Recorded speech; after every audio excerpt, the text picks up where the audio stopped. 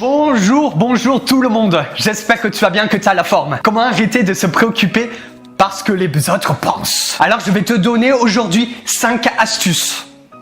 Avant de te donner ces 5 astuces, je tiens à te prévenir, c'est pas que je tiens à te prévenir, parce que là je suis super content de faire des vidéos parce que j'en ai un peu moins fait en ce moment. J'étais malade.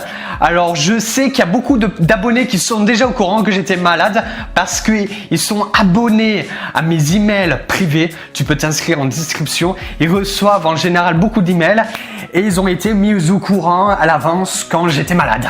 Aujourd'hui, je vais te donner 5 astuces pour moins se préoccuper parce que les autres pensent. La première astuce, c'est de devenir sociable.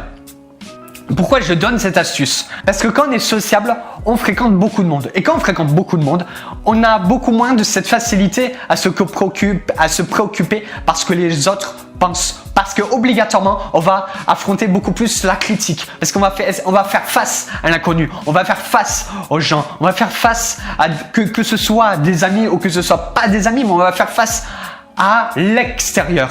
Plus on fait face à l'extérieur, plus on fait face au monde et moins on se préoccupe parce que les autres pensent. Comme dans un muscle, quand on n'est pas sociable, ça s'apprend. Il y a des techniques. En muscle, finalement, un muscle pour le gonfler. Et c'est sûr qu'au début, il va être petit et il va se gonfler petit à petit. C'est toujours des petits pas pour aller vers notre objectif. La deuxième astuce, c'est de se relaxer. C'est d'apprendre à se relaxer. Parce que le problème, c'est que quand, par exemple, on se préoccupe trop de ce que pensent les autres, au point où ça gère nos vies, au point où on fait des choses qu'on n'a pas envie de faire, peut-être pour faire plaisir, pour se sacrifier, pour le regard des autres, c'est qu'on pense trop. On pense à toutes les conséquences qu'on va avoir si on affronte le regard de la personne dont on a peur. Si par exemple, la personne peut nous juger, la personne peut rentrer en conflit avec nous, si par exemple, la personne peut nous rejeter, ne pas nous apprécier, pas nous aimer, etc. Et on pense trop. Et c'est d'apprendre à stimuler finalement la partie du cerveau qui s'appelle la partie parasympathique. Cette partie-là est pour stimuler notre lâcher prise, pour moins penser, pour avoir plus de place, pour rajouter des choses plus positives. Parce que c'est clair que c'est comme une bouteille.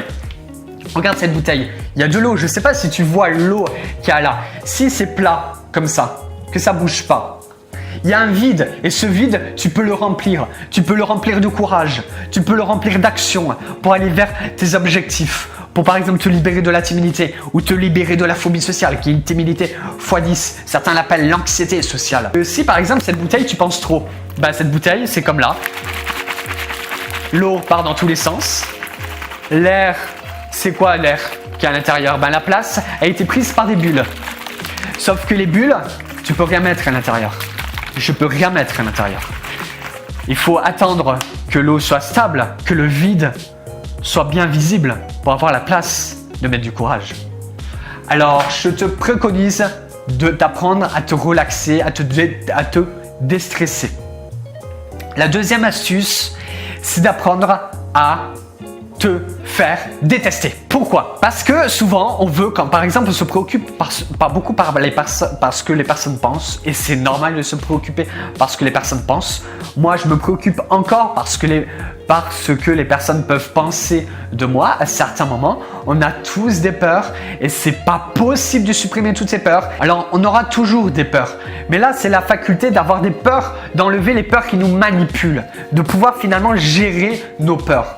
Et pour pouvoir gérer nos peurs, il faut aussi apprendre que pour moins se préoccuper parce que les personnes pensent de nous, pouvoir avoir une peur plus minime, c'est de se dire qu'on peut se faire détester. Parce qu'on veut souvent être apprécié, puisqu'on ne se préoccupe pas parce que les autres pensent, c'est souvent pour être apprécié, être aimé des autres. Le truc, c'est que plus on va se faire détester et plus on va être aimé par les personnes qui nous aiment déjà.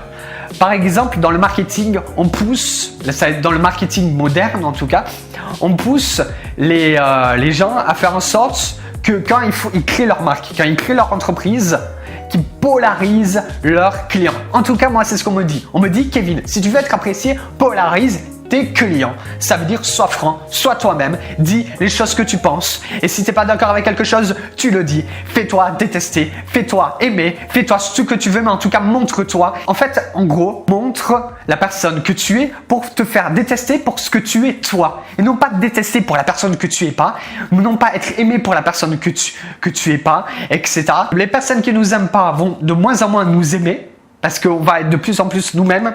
Mais les personnes qui nous aiment vont de plus en plus nous aimer. Gandhi, celui qui prônait la paix en Inde. Je ne sais pas si tu t'en souviens. Mais en tout cas, c'est un homme où on se dit, bon, il est aimé par tout le monde. C'est ça. Il a été assassiné. Je ne crois pas qu'il a été aimé par tout le monde. Il a été bien détesté d'ailleurs. Mandela, pareil. Mandela qui combattait l'apartheid en Afrique du Sud dans le passé. Il a été détesté, mais un truc de dingue. Sauf qu'il a été aimé par beaucoup de monde. Il a été adulé par beaucoup de monde. Il y a eu des fans dans le monde. Le prochain conseil que je pourrais te donner, et on n'y pense pas souvent, c'est l'hygiène de vie. Pourquoi l'hygiène de vie? Quand je te parle de l'hygiène de vie, je te parle d'alimentation, je te parle de sport, je te parle peut-être de respiration, d'exercice de respiration, de yoga, tout ce que tu veux, c'est à toi de choisir. Je veux être plus apaisé et moins me préoccuper par ce que les personnes pensent. Je peux par exemple travailler sur mon hygiène de vie. Et mon hygiène de vie, pourquoi? Parce qu'on a remarqué que par exemple dans l'estomac, dans les intestins, etc., il y avait des millions de neurones. On appelle ça le deuxième cerveau, même si c'est pas le deuxième cerveau concrètement. Je vais pas rentrer dans les détails. Notre estomac, nos intestins, etc. contrôlent aussi nos émotions. En fait, le cerveau a délégué certaines tâches du corps parce qu'il voulait, je sais pas on sait pas exactement, mais il voulait certainement peut-être pas être plus gros. Alors il s'est dit on délègue certaines tâches et c'est pour ça qu'il y a des millions de neurones dans l'estomac, dans les intestins, etc. Et il y aura de l'influence par rapport à ce qu'on met dans la bouche et par rapport à nos émotions. On pourrait dire que l'hygiène de vie, c'est un peu comme un jardin. T'imagines, tu nourris ton jardin. Le jardin il peut être plus ou moins beau par rapport à la nourriture que tu mets. Et plus la nourriture est bonne pour lui, plus ce que tu mets, les engrais, comment tu l'occupes, etc. Plus bien tu t'occupes de ce jardin et mieux il est esthétiquement. Et finalement, il va refléter ce que tu vas refléter aux autres.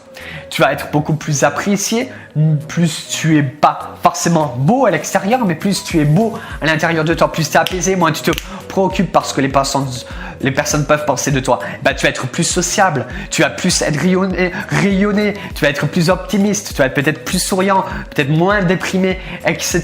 Alors bien entendu, je dis pas qu'il faut être parfait. Je suis pas en train de dire ça. Moi, je suis pas parfait dans mon hygiène de vie.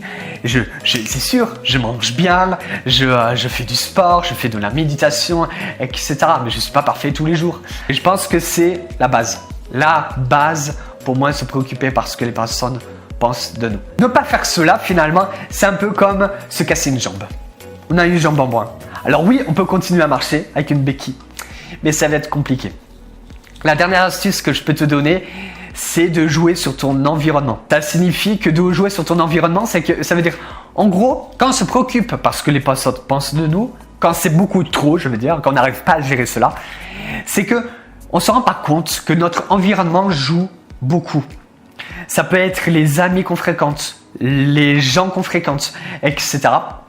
Si on fréquente beaucoup de personnes qui nous jugent, qui nous critiquent, eh bien forcément, on va avoir plus ou moins peur de la critique. On me dit souvent, Kevin, moi, mon entourage, il juge beaucoup, etc. Il critique beaucoup et j'ai peur que les autres soient comme ça. Et c'est pour ça que je te donne le conseil de jouer sur ton environnement, un peu comme une gelée royale, de te faire une gelée royale autour de toi.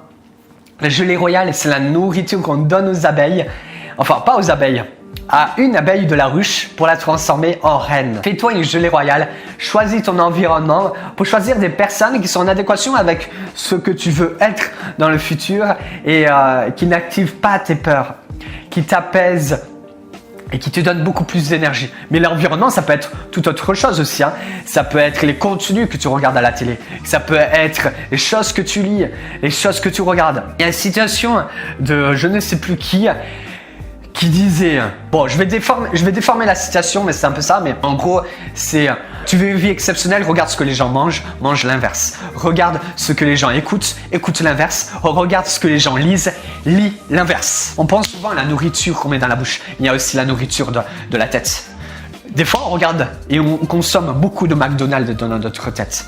Sans se rendre compte que c'est ce McDonald's qui fait qu'on a plus d'anxiété, qui fait qu'on pense plus au regard des autres. La première astuce, c'était de devenir plus sociable, d'apprendre à côtoyer plus de gens pour affronter le regard des autres et finalement avoir moins peur de celui-ci. Le deuxième conseil, c'était de se relaxer, de stimuler la partie du cerveau qui va nous relaxer pour qu'au moins qu'on pense et pouvoir mieux oser aller faire ce quoi on a envie et moins se préoccuper parce que les personnes pensent. Le troisième conseil, c'est faire en sorte de ne pas forcément être apprécié. Non. Plus on va être désapprécié et plus de l'autre côté, on va être apprécié. Le quatrième conseil, c'était l'hygiène de vie, de travailler son hygiène de vie, l'alimentation, le sport, le ceci, le cela, finalement de nourrir convenablement notre jardin intérieur pour pouvoir faire en sorte que l'esprit soit plus apaisé grâce à tout cela. Il y a aussi le dernier conseil, c'est de changer son environnement, voir les personnes toxiques, les personnes qui nous bouffent de l'énergie et changer cela parce que forcément, si eux ils sont toxiques, eh ben on va avoir peur de rencontrer d'autres personnes qui sont aussi toxiques. Et peut-être qu'on va aussi devenir un peu, sans le vouloir, toxique. On était un peu influencé par les personnes toxiques. Peut-être, c'est à réfléchir. Et oui, et après l'environnement, c'est pas que ça, il y a aussi le contenu qu'on absorbe, la nourriture de notre cerveau. Souciez-vous de ce que pensent les autres et vous serez toujours là prisonnier. J'espère que cette vidéo vous a plu. Et si tu veux, je t'invite de nouveau si tu veux des mails privés chaque jour avec des astuces pour apprendre à être plus à l'aise face aux autres et finalement moins te préoccuper parce que les autres pensent, tu peux t'inscrire à mes emails privés dans la description. Allez, ciao, à la prochaine vidéo.